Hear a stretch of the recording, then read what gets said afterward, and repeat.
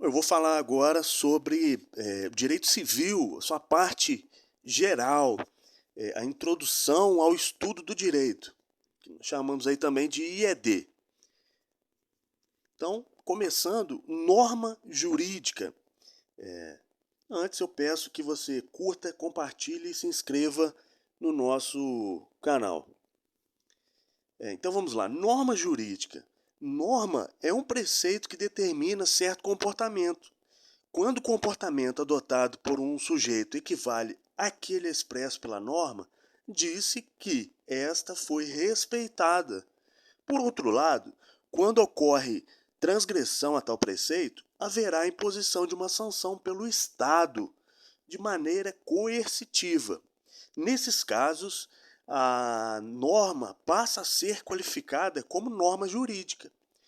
Portanto, norma jurídica é aquela em que a transgressão ao preceito conduzirá à aplicação de uma sanção coercitiva pelo Estado. A diferença entre norma jurídica e norma moral reside exatamente na aplicação de sanção coercitiva, quando de seus descumprimentos. Então, nesse sentido, a norma jurídica, quando desrespeitada, conduzirá, como dito, à aplicação de sanção coercitiva pelo Estado. Já na norma moral, em que pese ser possível a aplicação de sanção, não é feita pelo Estado, e sim pela sociedade ou por entes desta. Assim, poderá haver sanção nas normas morais. Contudo, esta não será adjetivada pela coercitividade. Cabe ressaltar que as normas jurídicas têm as suas origens nas vontades do Estado, entre parênteses, norma estatal, ou das partes, norma convencional. Ou seja, o preceito que indica certo comportamento passível de reprimenda pelo Estado emerge das leis ou do negócio jurídico criado pelas partes. Direito objetivo. O direito objetivo é o conjunto das normas jurídicas que, quando transgredidas pelo homem, desencadearão a aplicação de sanções coercitivas pelo Estado. É conhecido também como norma agendi. O direito objetivo não se confunde com a usual expressão ordenamento jurídico. Quando se fala em ordenamento jurídico, refere-se, em verdade, ao conjunto das normas positivadas pelo Estado. O conceito de direito objetivo é mais amplo, englobando inclusive o conceito de ordenamento jurídico. Assim, o ordenamento jurídico é o conjunto de normas positivadas que esteja em vigor em um estado em determinado momento histórico. Então, em relação ao ordenamento jurídico, vale ressaltar que este não contempla todos os fatos da vida em sociedade, ocasionando a existência de espaços não preenchidos por normas, que são reconhecidamente denominados lacunas. Estas são observadas no ordenamento jurídico, diferentemente do direito objetivo, que jamais será lacunoso. O artigo 4º da Lei de Introdução às Normas do Direito Brasileiro estabelece que, havendo lacuna no ordenamento jurídico, esta deverá ser preenchida por meio do método da comatação, que se concretizará por meio da aplicação de alguma das formas expressas no rol exemplificativo constante do sobredito artigo, quais sejam a analogia, princípios gerais de direito, costumes, equidade e o direito comparado. Nesse contexto, tais formas são utilizadas pelo juiz quando presente alguma lacuna no ordenamento jurídico.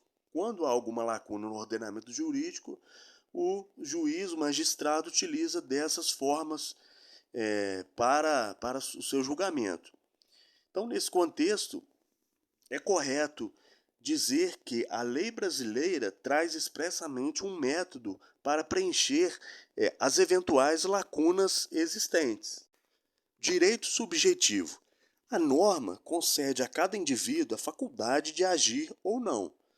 A tal poder dá-se o nome de facultas agendi, ou seja, ao agir, o sujeito atuará conforme sua vontade, na busca da satisfação de um interesse próprio.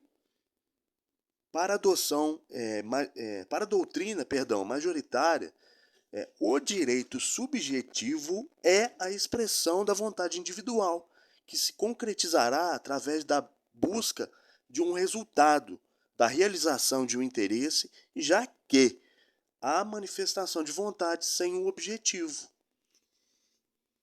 Ao atuar de acordo com sua vontade, visando alcançar interesse próprio, o sujeito deverá se submeter a limites impostos pelo Estado. A observância desses limites é pressuposto do Estado democrático de direito. Por exemplo, o indivíduo que decide contratar um serviço o faz porque quer, com a intenção de satisfazer dado interesse, o seu interesse. Ao celebrar esse negócio jurídico, tem-se claramente o exercício de um direito subjetivo. Resumindo em um breve conceito, pode-se dizer que direito subjetivo é a faculdade de atuar de acordo com a vontade do indivíduo na busca da satisfação de interesses próprios, desde que sejam respeitados os limites estabelecidos pelo ordenamento jurídico. Exemplos: o sujeito pode contratar desde que sejam respeitados os princípios da boa-fé objetiva e da função social do contrato, abre parênteses aí, vontade de contratar para buscar certo interesse, respeitando os limites impostos pela lei. Outro exemplo, o indivíduo pode se tornar proprietário de um bem, devendo, para tanto, cumprir a função social da propriedade. Isso é constitucional também. E o terceiro e último exemplo, o indivíduo pode se casar, mas para isso deverá atender aos requisitos estabelecidos pelo Estado para essa junção, para o casamento, bem como observar os deveres matrimoniais. Elementos do direito subjetivo. Quais são? Sujeito. Se o direito subjetivo é uma expressão da vontade, é fundamental que esta provenha de um sujeito a quem a ordem jurídica concede aquela faculdade de agir. Então, não há como trabalhar o conceito de direito subjetivo sem que haja um titular desse direito. Assim, todo direito subjetivo será titularizado por alguém. Não há direitos sem sujeitos. Não existe direito sem sujeitos. Eventualmente, pode-se ter um direito com indeterminação temporária de sua titularidade. Por exemplo, título ao portador, a herança deixada a uma prole eventual, ou seja, prole eventual igual concepturos, né, que são seres que nem sequer foram concebidos. O objeto é o bem sobre o qual o sujeito exerce o poder que o ordenamento lhe oferece. Ou seja, a vontade necessariamente deverá ser exteriorizada sobre algo que não o próprio sujeito. Não há direito subjetivo sem a presença de bens sobre os quais a vontade irá recair ou recairá. Esse objeto poderá ou não ter apreciação econômica. Uma das classificações dos direitos subjetivos leva em conta o objeto sobre o qual a vontade recairá. Se o objeto tiver apreciação econômica, teremos direitos subjetivos patrimoniais, direitos reais e obrigacionais.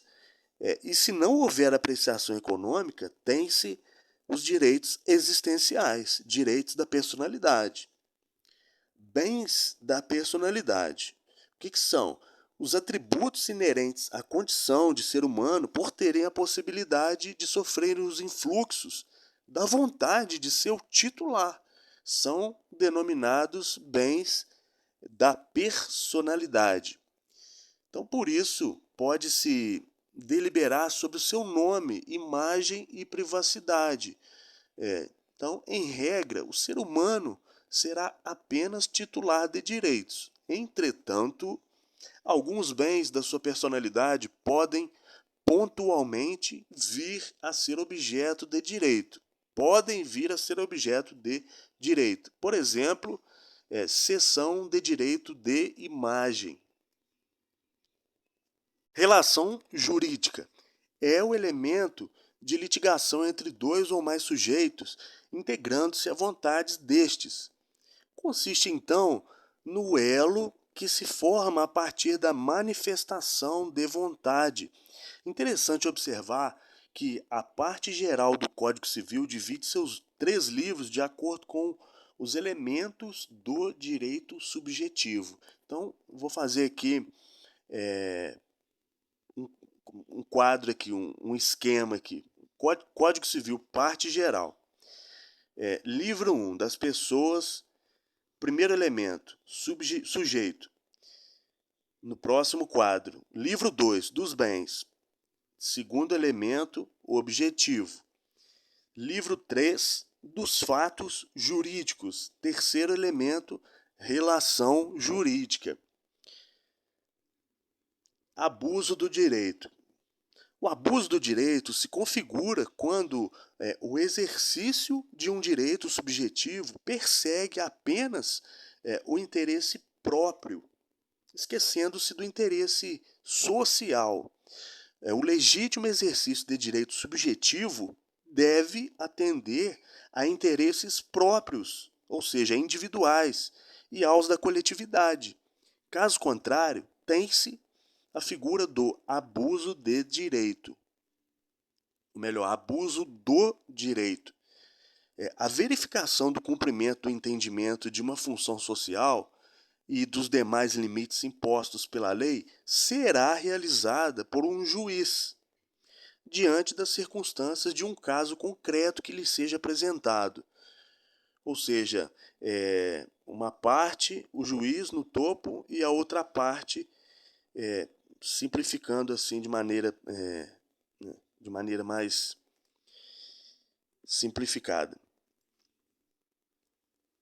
Portanto, quando se fala em abuso de direito, o primeiro conceito que deve ser lembrado é o direito subjetivo.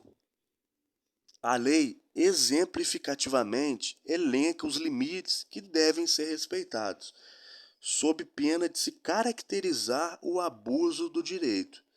Bons costumes, boa-fé objetiva, função social e função econômica. O que nos diz aí o artigo 187? Também comete ato ilícito o titular de um direito que, ao exercê-lo, excede manifestamente os limites impostos pelo seu fim econômico ou social, pela boa-fé ou pelos bens e costumes. É o que eu acabei de falar aqui. E no exemplo anterior, sem querer ser redundante, aqui a questão da função do juiz ao resolver aí uma lide que lhe seja apresentada. Então, o legislador brasileiro optou por considerar o abuso do direito como ato ilícito, o que traz como via de consequência a possibilidade de responsabilização civil do titular que exerce o direito subjetivo de forma indevida. Assim, o artigo 187, que nós acabamos de ler, deve ser lido da seguinte maneira: também comete ato ilícito o titular de um direito, ou seja, subjetivo, que, ao exercê-lo, excede manifestamente os limites impostos pelo seu fim econômico ou social, pela boa-fé ou pelos bons costumes. Limites estes que serão analisados no caso concreto pelo magistrado, pelo juiz.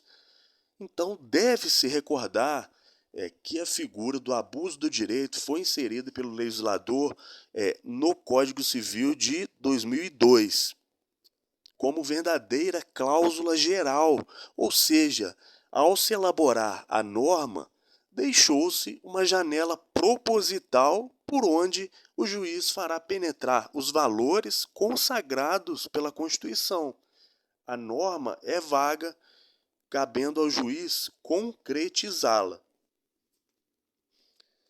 Hoje, o direito subjetivo não é uma expressão ilimitada do poder individual, devendo haver, então, uma conjugação dos interesses particulares com os da coletividade. Direito potestativo.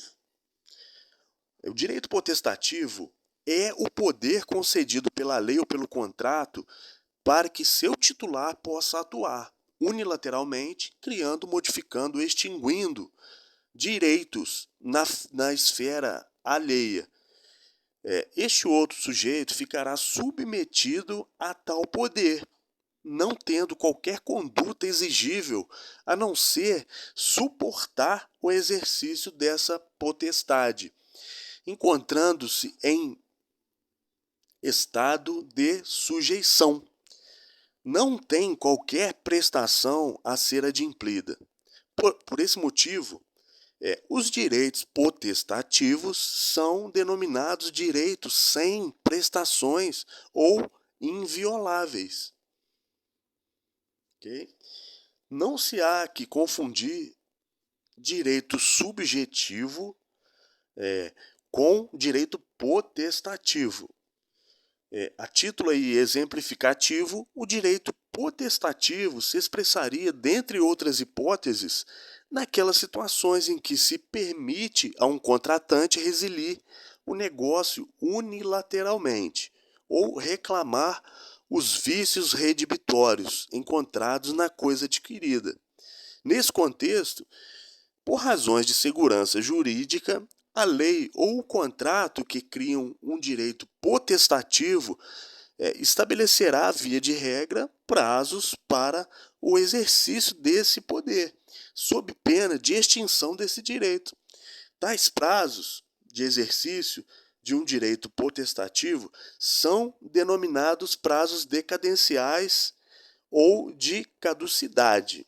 Ok? Então, finalizando aí esse resumo do que seria aí o direito, a introdução ao estudo do direito, né? Vimos aí normas, direito subjetivo, direito objetivo, vimos também elementos do direito subjetivo, sujeito, objeto, relação jurídica, abuso do direito e o direito potestativo. Na próxima aula, veremos aí a lei, entraremos na lei de introdução às normas do direito brasileiro, a LINDB. Valeu, um abraço.